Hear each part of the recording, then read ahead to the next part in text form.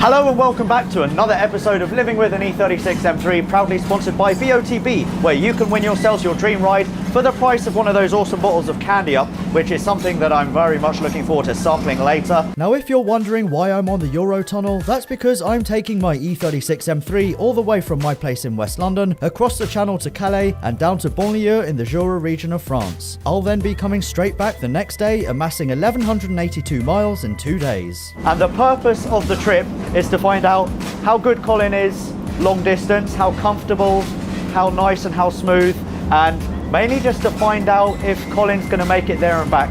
We're also going to bring back a kayak with us, which is going to be super awesome. Let's do 1,000 miles in 2 days.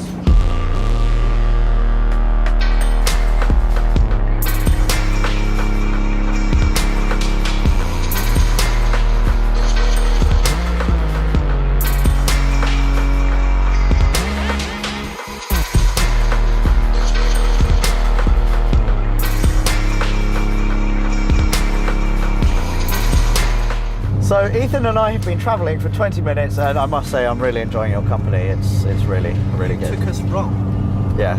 You took us wrong. Well, the motorway was closed, so it was a déviation and then something. You made it worse. I made it worse. So we're now heading back to Calais and now we've got Waze on the go, which will help get us back the right way.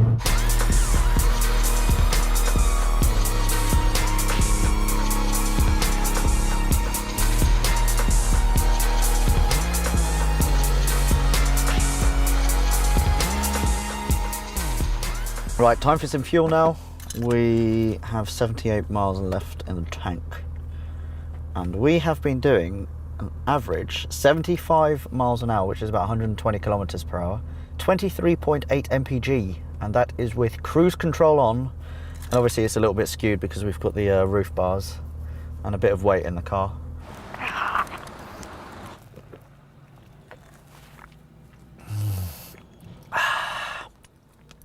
Candy Up. Would you have a Candy Up party? I would. Get all my friends, get a bowl, we'd all put our keys in the bowl and then drink Candy Up.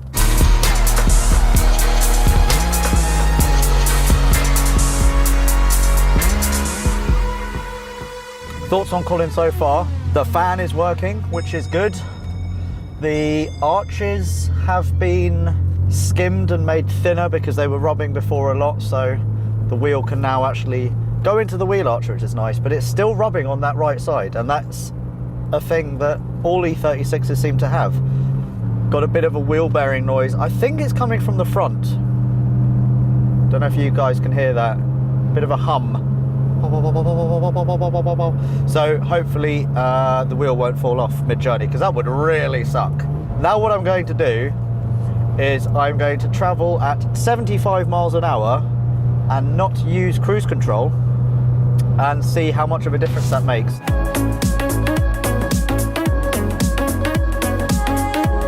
What are your genuine thoughts to this car? Did you know about this car before I bought it? Has your opinion changed on it? Would you buy one? No, I wouldn't buy one. For what reason? I don't think this series has been a great advert for one, with the amount of effort, work and money you've had to put into it. It's been a lot of money. Yeah. If you want a project car, get an E36 M3. Yeah, really do.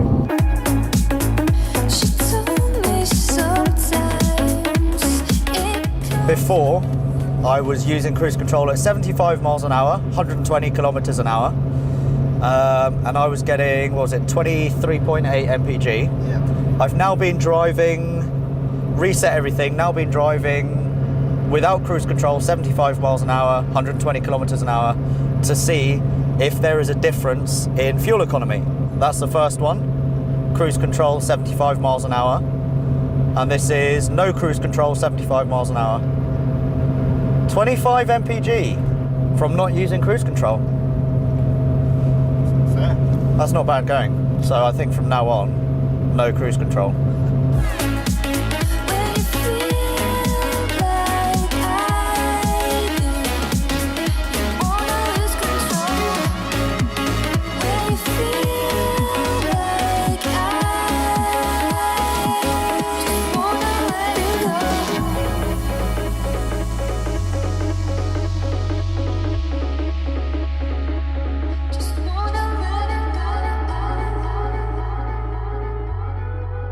is keeping temperature, oil, water, everything good. Half a tank, and it's telling me we've got about 200 miles left. So that would give me an estimated, I suppose, range of 400 miles per tank, which in an M3 isn't too bad.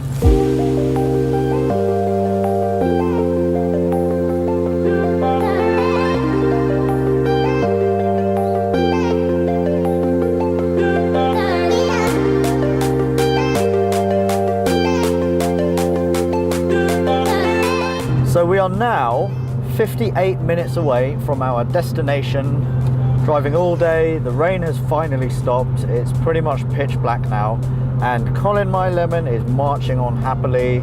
We're cruising at 70 miles an hour, which is about 110 kilometers an hour, and yeah, loving life. My back is pretty ruined, but yeah, no new rattles, no new squeaks. Everything you might be able to hear now has been going since we left.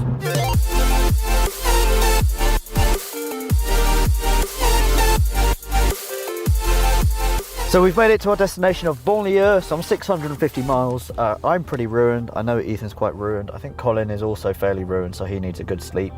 So we're going to have some steak and maybe a couple of beers. And we'll see you guys in the morning. Yeah, I'm too tired.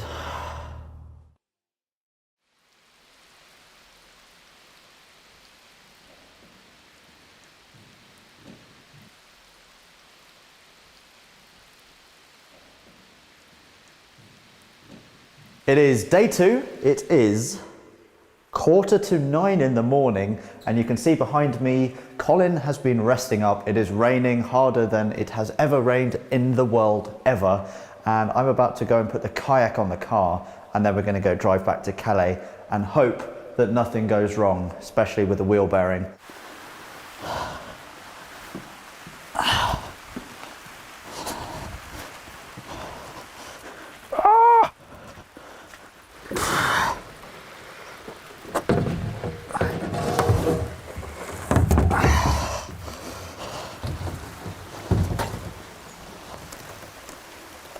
That's better.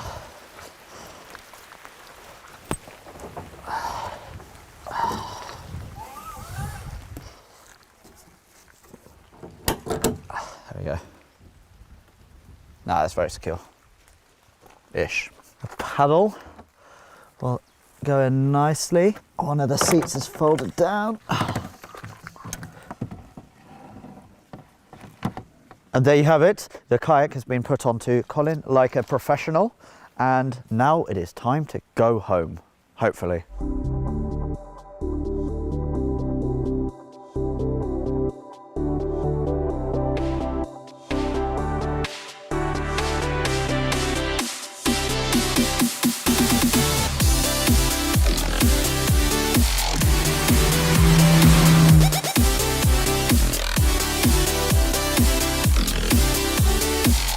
Before we racked up hundreds more motorway miles, I had my first opportunity to sample some of the Jura region's amazing roads, at which point I started to get quite frustrated with my M3. I'm really getting annoyed. I haven't had a week where this car has been 100% perfect. I bought it not 100% perfect, but as stuff has been getting fixed, more stuff has been breaking, and now I find myself 672 kilometers from Calais, then another 2 hours to get home, with a wheel bearing that's buggered, with a diff that's playing up, and also I've got another kind of bearing noise coming from the front of the engine again. I'm not quite sure what that is, but it is extremely frustrating, and living with a car like this is not easy.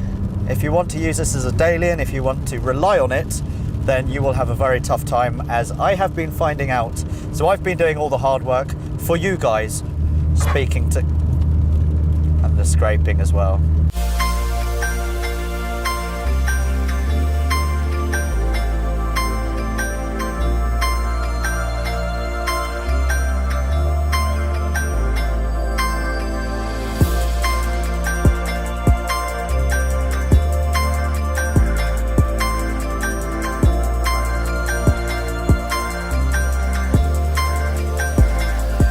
How are you feeling?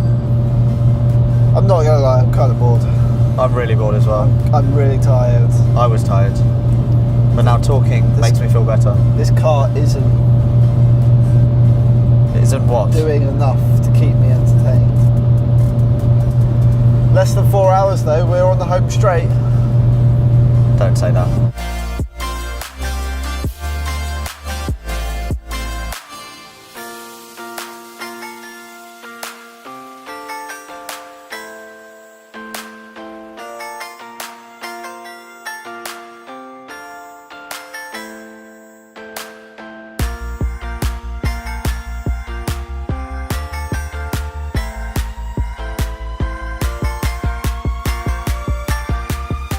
We are 57 minutes away from Calais, which means that Colin hasn't broken down. Yeah! Good job, Colin. The wheel bearing still holding up. The engine, I will say this for BMW engines, they are bulletproof. The only thing that goes wrong is everything around them. So cooling, wheel bearings in general, just everything else goes wrong. But BMW engines, rock solid as a rock.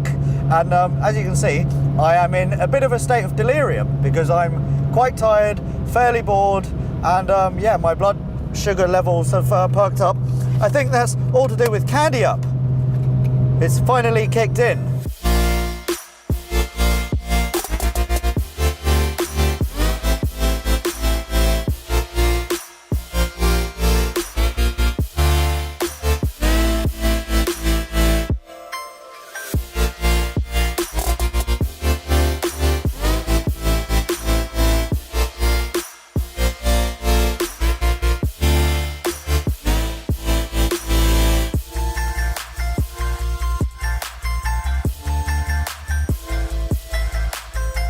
I am back on the Eurotunnel. Behind me is Colin, my M3 Lemon, which means one thing. He has made it, my magnificent Lemon, 1,200 miles from London to Jura and Jura to Calais. So we are almost home. And yeah, Colin hasn't really set a foot wrong. I need to check on the wheel bearing, I need to check on the diff, and a couple of other little bits that I'm not going to worry about now. But I am super stoked. Colin deserves a hug and a kiss. Mwah! Well done, my old friend. And we are very, very close to home. Someone who is not on the Eurotunnel, however, is Christian from BOTB. He's at Rockingham. Get in! Hey everyone, Christian from BOTB here, and today we're having a blast at Rockingham Motor Speedway in a bunch of very cool cars like this Focus RS. Now, if you fancy winning your dream car, you need to sign up at botb.com right now, and we're giving away £250 worth of tickets at the end of every Living with an E36 episode. Just follow the instructions in the video description below. This week's episode winner is Jack Harley. Congratulations, Jack. Best of luck to all of you next time. Why do you do this to me, my Lemon? As you can see, this used to be my fan. That used to be attached to my viscous coupling, which I fixed yesterday, and then it unfixed itself.